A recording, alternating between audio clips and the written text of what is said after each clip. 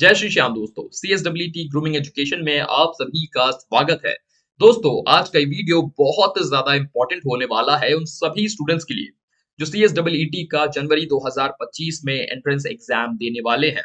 ये कोर्स कैसा है, इसकी क्या-क्या इंपॉर्टेंट डिटेल्स हैं, इन सभी बातों के बारे में और साथ ही में किस तरह से आपको रजिस्ट्रेशन को फॉलो अप करना है, इन सारी इंपॉर्टेंट बातों के बारे में आज इस वीडियो में हम जानने वाले हैं। इसलिए ये वीडियो बहुत ज्यादा इंफॉर्मेटिव होने वाला है, तो इसे लास्ट तक जरूर देखें। दोस्तों, अगर आप CSET की तैयारी कर रहे हैं तो आपके लिए है एक बेहतरीन खबर। ग्रूमिंग एजुकेशन एकेडमी का CSET फाउंडेशन कोर्स लाइव हो चुका है escholars.in वेबसाइट पर, जहां पर आप इस कोर्स को आसानी से अवेल कर सकते हैं।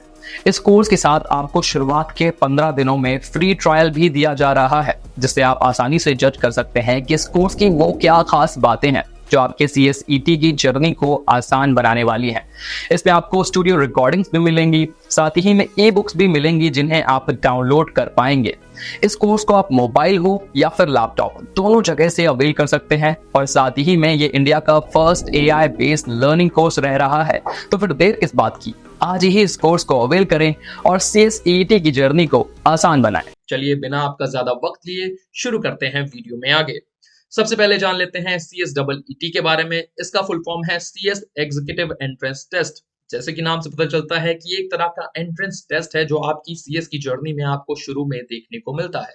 Comparative to other CS exams like executive and professional exams, it is much more easier and simpler। यानी कि ये बहुत ज्यादा सिंपल और इजी होता है। इन एग्जाम्स की जिम्मेदारी लेता है ICSI, जिसका फुल फॉर्म होता है institute of company secretaries of India. ये वही संस्थान है जो आपको CS बनने में मदद करती है। अगर हम CSET की बात करें तो यहाँ पर आपका जो एलिजिबिलिटी क्राइटेरिया है इस एग्जाम को देने का बहुत ही सिंपल रखा गया है। अगर आपकी एज 17 साल से ज्यादा है, आपने अपना क्लास 12th कंप्लीट किया है किसी भी स्ट्रीम से, तो आप इस एग्जाम में अपीयर हो सकते हैं।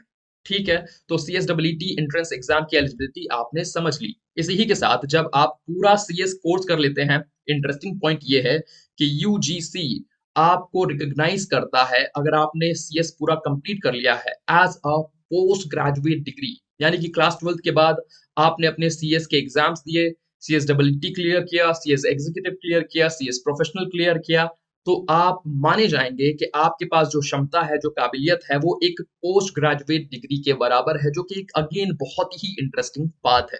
नाउ हम बात कर लेते हैं सबसे पहले CSET के बारे में ही। CSET एग्जाम में क्या-क्या आपको देखने को मिलता है और ये एग्जाम कैसे होता है। CSET में आपको 4 के करीब सब्जेक्ट्स देखने को मिलते हैं जिनकी सभी की वेटेज बराबर रहती है। पहला सब्जेक्ट है बिजनेस कम्युनिकेशन का, दूसरा सब्जेक्ट है legal aptitude and logical reasoning का, तीसरा सब्जेक्ट है इकोनॉमिक एंड बिजनेस एनवायरनमेंट का, चौथा सब्जेक्ट है current affair and quantitative aptitude का। सभी की वेटेज 50 मार्क्स की रहती है, तो ये देख सकते हैं आपका आपका ओवरऑल जो पेपर है वो 200 मार्क्स का हो जाता है। अब इम्पोर्टेंट पॉइंट आपके एग्जामिनेशन से जो जुड़ी हुई है, जो आपको जान लेनी चाहिए कि किस तरह से आपको ये पेपर देना है, अटेम्प्ट करना है।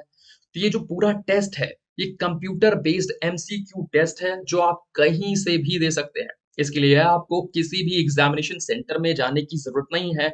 आप अपने घर के कंफर्ट में अपने लैपटॉप या कंप्यूटर पर ही इन एग्जाम को कंडक्ट कर सकते हैं। इसके अलावा इसमें कोई नेगेटिव मार्किंग नहीं है, यानी कि आपको बिना चूके अपने सभी क्वेश्चंस को बेफिक्र होते हुए अटेम्प्ट करना है।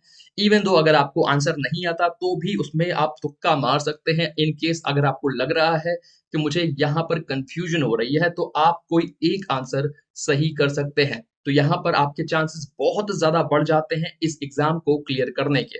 साथ ही में जो आपका मटेरियल है इसको पढ़ने का, वो सब आपको ऑनलाइन फ्रीली अवेलेबल है। इवन इंस्टीट्यूट की तरफ से भी आपको ऑनलाइन वर्चुअल ट्रेनिंग की और टीचिंग की जो फैसिलिटीज हैं वो सब प्रोवाइड की जाती हैं। साथ में आपको CSET का जो रेफरेंस मटेरियल है वो भी ऑनलाइन बेसिस पर ही मिल जाता है। इसके अलावा आपको बहुत सारे फी कंसेशंस भी देखने को मिल सकते हैं अगर आप सर्टेन काइंड ऑफ कैटेगरीज से बिलोंग करते हैं। इसी के साथ इस एग्जाम की एक और खासियत है, वो ये है कि आप एक साल के अंदर 4 बार एग्जाम अटेम्प्ट कर सकते हैं। यानी कि पहली बार में अगर आपका एग्जाम क्लियर नहीं हुआ तो दूसरी बार अटेम्प्ट करिए, दूसरे में नहीं क्लियर हुआ तो तीसरी बार अटेम्प्ट करिए, और तीसरे में भी नहीं हुआ तो 1 साल के ही अंदर आपको चौथा अटेम्प्ट करने का भी मौका मिलता है। ये जो एग्जामिनेशंस हैं जनवरी, मई, जुलाई और नवंबर में कंडक्ट होते हैं। तो ये बातें आपको ध्यान में रखनी है। इसी के साथ सबसे पहले बात कर लेते हैं कि जनवरी 2025 में आपका जो CSEET एग्जाम है उसके कितने टर्म्स हैं और क्या कंडीशंस यहाँ पर मेंशन की गई हैं। आपकी जो कोर्स की फी है, जो आपकी रजिस्ट्रेशन फी होने वाली है, वो होने वाली है 2000 रुपए पर पर्सन। यानी कि अगर आप खुद रजिस्टर करने जा रहे हैं तो आपको रजिस्ट्रेशन फी के तौर पे 2000 रुपीज सबमिट करने पड़ेंगे। एग्जाम का ड्यूरेशन 120 मिनट का होता है, यानी कि आपको लगभग 2 घंटे का वक्त मिलता है यहाँ अपने एग्जाम को पूरा करने का। इसी के साथ आपकी जो लास्ट डेट ऑफ रजिस्ट्रेशन है ये 15 दिसंबर 2024 की है।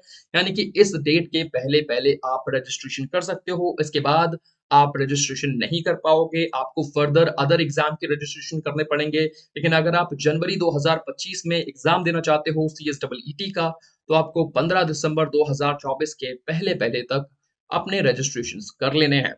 मोड ऑफ एग्जामिनेशन जैसे हमने पहले डिस्कस किया, रिमोट प्रॉक्टर्ड मोड होता है, यानी कि आपको कोई एग्जामिनेशन सेंटर नहीं जाना है। अपने घर की कंफर्ट में आराम से अपने सिस्टम या लैपटॉप से इस एग्जामिनेशन को आप दे सकते हो।